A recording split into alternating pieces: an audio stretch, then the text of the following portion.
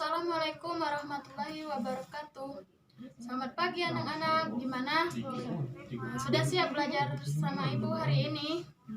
Baik, kalau sudah siap, sekarang keluarkan buku kalian yang berhubungan dengan materi kita hari ini, yaitu demokrasi dan pemilu. Baik, silakan keluarkan bukunya. Buku yang lainnya disimpan dulu, dimasukkan dalam tas. Baik, silakan dimasukkan buku yang lain. Oke, kalau sudah dimasukkan berarti sudah siap untuk belajar bersama Ibu. Berarti kalau sudah siap, kalian perhatikan ke depan. Baik, materi kita hari ini mengenai demokrasi dan pemilu. Apa sih Ibu demokrasi itu? Dan apa juga itu pemilu? Demokrasi itu ialah dari rakyat, oleh rakyat, dan untuk rakyat. Kemudian pemilu, apa hubungannya dengan pemilu? Pemilu yaitu ialah suatu sarana alat untuk mewujudkan kedaulatan rakyat. Kedaulatannya yaitu yang ini tadi, yang demokrasi, dari rakyat, oleh rakyat, dan untuk rakyat. Kemudian pemilu itu mengandung asas-asas seperti ini. Silakan diperhatikan. Ada asas langsung, ada asas umum, dan ada juga asas bebas dan asas rahasia, kemudian asas jujur dan adil. Baik, bisa dipahami apa yang Ibu jelaskan tadi? Atau Ibu kecepatan dalam menjelaskan? Baik, jika bisa dipahami, Ibu akan lanjut lagi. Oh iya, masalah mengenai tugas kemarin, Ibu kemarin kan memberikan tugas buat kalian. Tugasnya sudah Ibu periksa, alhamdulillah tugasnya sudah bagus semua. Kemarin Ibu menjanjikan akan memberikan reward untuk kalian. Jadi rewardnya sudah Ibu siapkan, ada di kantor. Jadi selesai istirahat, kalian bisa temuin Ibu untuk mengambil rewardnya. Oke, mengerti anak-anak? Oke, kalau sudah mengerti, perhatikan lagi ke depan. Dalam sebuah negara demokrasi itu, pemilu merupakan salah satu pilar utama dari sebuah proses akumulasi kehendak masyarakat. Pemilu juga sekaligus merupakan prosedur demokrasi untuk memilih pemimpin. Jadi, pemilihan umum merupakan suatu keharusan bagi suatu negara yang menanamkan dirinya sebagai negara demokrasi. Nih, demokrasi. Tetapi semua demokrasi modern melaksanakan pemilu. Ya, semua demokrasi modern melaksanakan pemilu. Tetapi ingat, tidak semua pemilihan adalah demokratis. Kenapa? Karena pemilihan yang demokratis bukan sekedar lambang, tetapi pemilihan yang demokratis itu harus kompetitif, berskala inklusif. Apa itu inklusif? Luas dan definitif. Definitif yakni menentukan kepemimpinan pemerintah. Baik, di sini Ibu akan membahas mengenai sedikit. Ini ada lembaga negara, eksekutif, legislatif, dan yudikatif. Nah, itu kenapa Oktarina dan Tirta tidak boleh mengobrol ya? Nah, kalau kita lagi belajar, kalian perhatikan Ibu dulu. Nanti kalau kalian tidak memperhatikan Ibu, kalian tidak akan mengerti dengan materi yang Ibu sampaikan hari ini. Baik, ya Oktarina dan Tirta, perhatikan dulu. Ibu tidak akan mengulangi materi ini. Jadi, manfaatkan kesempatan kalian untuk belajar hari ini. Ya, oke. Yang lain juga. Oke, sini lembaga negara, eksekutif, legislatif, dan yudikatif. Yang dimana tiga lembaga ini terdapat presiden, wakil presiden, kemudian lembaga legislatif terdapat MPR, DPR, DPD, Dan ini terakhir yudikatif, ada MK, ada MA, dan ada juga KY ya. Itu kenapa? Yang di belakang Ferdiansa kenapa mengantuk? Yang lain itu Mela kenapa? Sakit atau mengantuk? Oh, jadi semuanya banyak mengantuk ya. Oke, kalau mengantuk, di sini bagaimana kalau kita bermain game terlebih dahulu agar tidak mengurangi kalian tidak mengantuk lagi. Gimana, setuju kalau kita bermain game terlebih dahulu? Setuju? Kalau setuju, sekarang perhatikan ibu ke depan. Semuanya berdiri, ayo, semuanya berdiri. Jadi kita akan bermain game seperti ini. Kita menyebutkan angka 1 sampai 10, tapi angka yang hanya bisa disebutkan angka ganjil. Contoh nih, 1, 3, 5, 7, 9. Ya, seperti itu. Oke, siap mengerti dengan gamenya? Oke, kalau sudah siap, silakan semuanya berdiri. Kita contoh terlebih dahulu. Oke, sekarang perhatikan, ibu akan mulai gamenya. Oke, konsentrasi dimulai. 1, 3, 5, 4. Itu kenapa Widya masih kurang konsentrasi? Seharusnya Widya menyebutkan angka 7. Kenapa begitu? Ya udah, sekarang kita ulang lagi. Widya berdiri, ayo. Harus tetap lebih semangat, lebih ekstra lagi biar kalian tidak mengantuk. Oke, sekarang perhatikan, kita ulangi sekali lagi ya. Konsentrasi dimulai. 1, 3, 5, ya, 7, 9. Ya, bagus. Semuanya sudah konsentrasi. Sekarang kita kembali lagi ke depan. Perhatikan ibu ya. Tidak lagi kan mengantuk? Ya, bagus kalau tidak lagi mengantuk. Sekarang ibu lanjut. Di sini menurut Adam Piesiewicz, ada 2 alasan mengapa pemilu itu menjadi variabel yang sangat penting dalam suatu negara demokrasi. Apa itu, Bu? Ada alasannya. Yang pertama, alasannya yaitu pemilu merupakan suatu mekanisme transfer kekuasaan politik yang menjadi variabel sangat penting. Yang kedua, demokrasi memberikan ruang kebebasan bagi individu-individu meniscayakan terjadinya konflik-konflik. Berarti di sini pemilu ini memiliki tujuan agar pemindahan kekuasaan terjadi secara teratur, secara damai, dan tidak terjadinya konflik-konflik antara kubu A dan kubu B. Baik, paham? Paham. Kalau paham, lanjut lagi.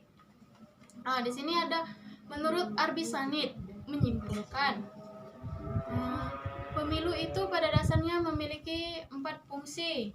Apa saja 4 fungsi ini dari pemilu? Yang pertama, fungsinya yaitu pembentukan legitimasi penguasa dari pemerintah. Dan yang kedua, pembentukan perwakilan politik rakyat. Yang ketiga, sirkulasi elit penguasa. Dan yang keempat, pendidikan politik. Baik, ibu ulangi lagi sekali lagi. Ada 4 fungsi pemilu. Yang pertama, pembentukan legitimasi penguasa dan pemerintah. Ingat baik-baik ya. Yang kedua, pembentukan perwakilan politik rakyat. Dan yang ketiga, sirkulasi elit penguasa. Dan yang keempat, pendidikan politik. Baik, sudah ibu ulangi 2 kali nih mengenai fungsi utama dari pemilu. Sekarang, siapa yang bisa menarik kesimpulan dari fungsi itu? Apa yang menjadi tujuan diadakannya pemilu ini? Ayo, siapa yang ingin menjawab? Ayo, siapa yang berani? Ayo, Nak. Jangan takut untuk mengemukakan pendapat. Jangan takut salah. Kita di sini bersama-sama belajar. Jadi tidak boleh takut untuk mengemukakan pendapat. Ibu tidak akan menyalahkan jawaban kalian. Oke, ya. Saudari Mela. Ya, bagus. Oke, jawaban Mela. Beri tepuk tangan untuk Mela. Ya, betul. tujuan pemilu itu secara sederhananya yaitu memungkinkan terjadinya peralihan pemerintah secara aman dan tertib seperti yang Ibu jelaskan tadi. Yang kedua, melaksanakan kedaulatan rakyat. Dan yang ketiga, melaksanakan hak-hak asasi warga negara, yaitu hak pilih kan. Kita berhak untuk memilih pilihan kita. Oke? Paham anak-anak dari materi yang Ibu jelaskan tadi? Kalau sudah paham, dibuka buku kalian halaman 107. Kalau sudah dibuka, kemudian Ibu akan membagi kelompok ya. Ada 2 kelompok, yang itu kelompok 1 dan yang ini kelompok 2.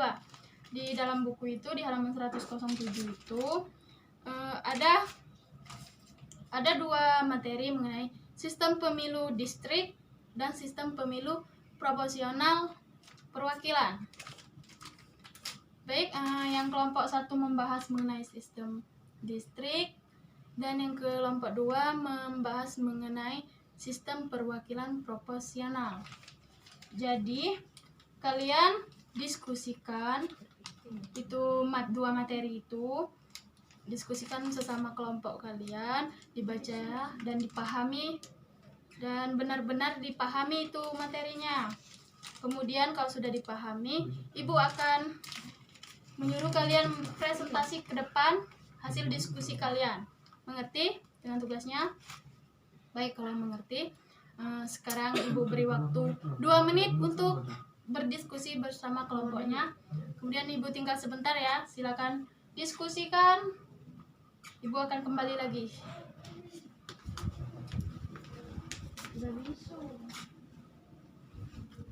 Bagaimana anak-anak, sudah selesai diskusinya? Ya, kalau sudah selesai, silakan yang ingin maju kelompok 1 atau kelompok 2. Yang sudah siap? Ya, kelompok 1.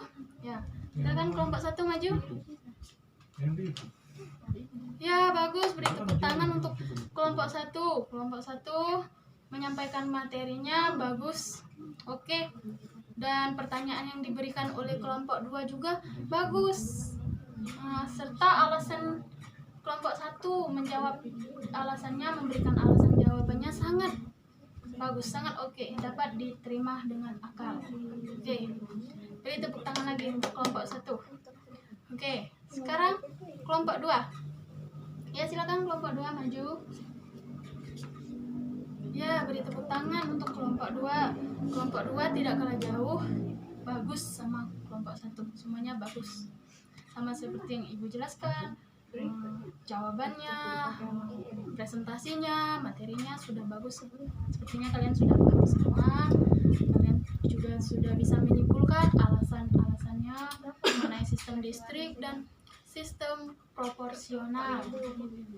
Oke, kalau sudah bagus semua, silakan ditutup diskusinya.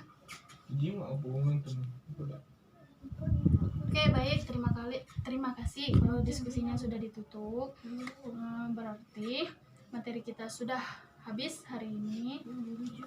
Kalau sudah habis, sekarang ini kan materi kita mengenai demokrasi dan pemilihan umum. Jadi, apa sih kesimpulan materi kita hari ini? Kan kalian sudah mengerti semua, kalian sudah maju. Jadi apa kesimpulan materi kita hari ini secara sederhana? Ayo yang ingin menyimpulkan materi kita hari ini. Ayo. Seperti yang Ibu bilang tadi, jangan takut untuk mencoba. Ayo silakan yang ingin maju. Upload video deh. Ya, Saudari Widya, silakan maju ke depan. Bagikan video Anda di sini. Ya, betul, bagus. Kesimpulan dari teman kalian tadi, Widya, sudah bagus. Nah, di sini Ibu akan menambahkan sedikit. Ya, kesimpulannya, pemilu ialah suatu alat atau sarana untuk mewujudkan kedaulatan rakyat yang ini demokrasi dari rakyat oleh rakyat untuk rakyat. Sedangkan alasan mengapa pemilu menjadi variabel yang sangat penting itu terdapat 2 alasan. Pertama tadi, pemilu merupakan suatu mekanisme transfer. Transfer apa, Bu? Ini transfer kekuasaan politik maksudnya. Kedua, demokrasi yang memberikan ruang kebebasan bagi individu untuk meniscayakan terjadinya konflik-konflik. Kemudian kesimpulannya lagi mengenai tujuannya untuk memungkinkan terjadinya peralihan pemerintah secara aman dan tertib, kemudian melaksanakan kedaulatan rakyat, dan ketiga, melaksanakan hak-hak asasi warga negara. Oke, kalau begitu sudah paham dengan kesimpulan yang Ibu jelaskan? Kalau sudah mengerti, Ibu akan kasih tugas untuk minggu depan. Kalian cari mengenai materi atau kalian baca mengenai tugas materinya ialah hak asasi manusia. Kemudian kalian nanti minggu depan Ibu tanya, kalau memang kalian benar-benar sudah mencari materinya, kalian akan paham. Oke. Kemudian untuk tugas per kelompoknya, kalian buat seperti media seperti ini. Kalian cari bentuk-bentuk pelanggaran HAM. Ini kelompok 1, ini kelompok 2. Kalian buat.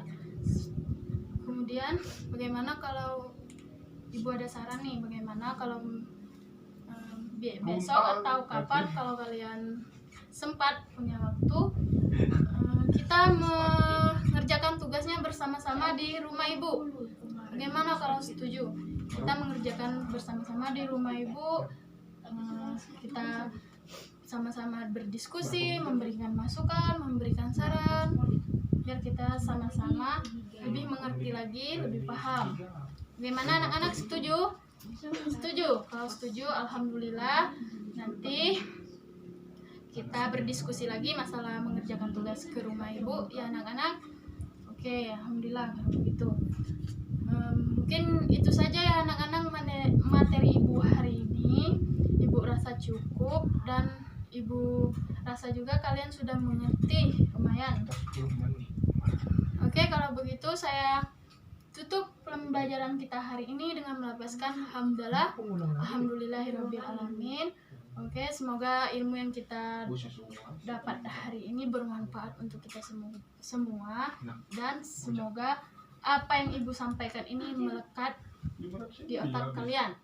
Oke, Ibu akhiri dengan wabillahi taufiq wal hidayah. Wassalamualaikum warahmatullahi wabarakatuh.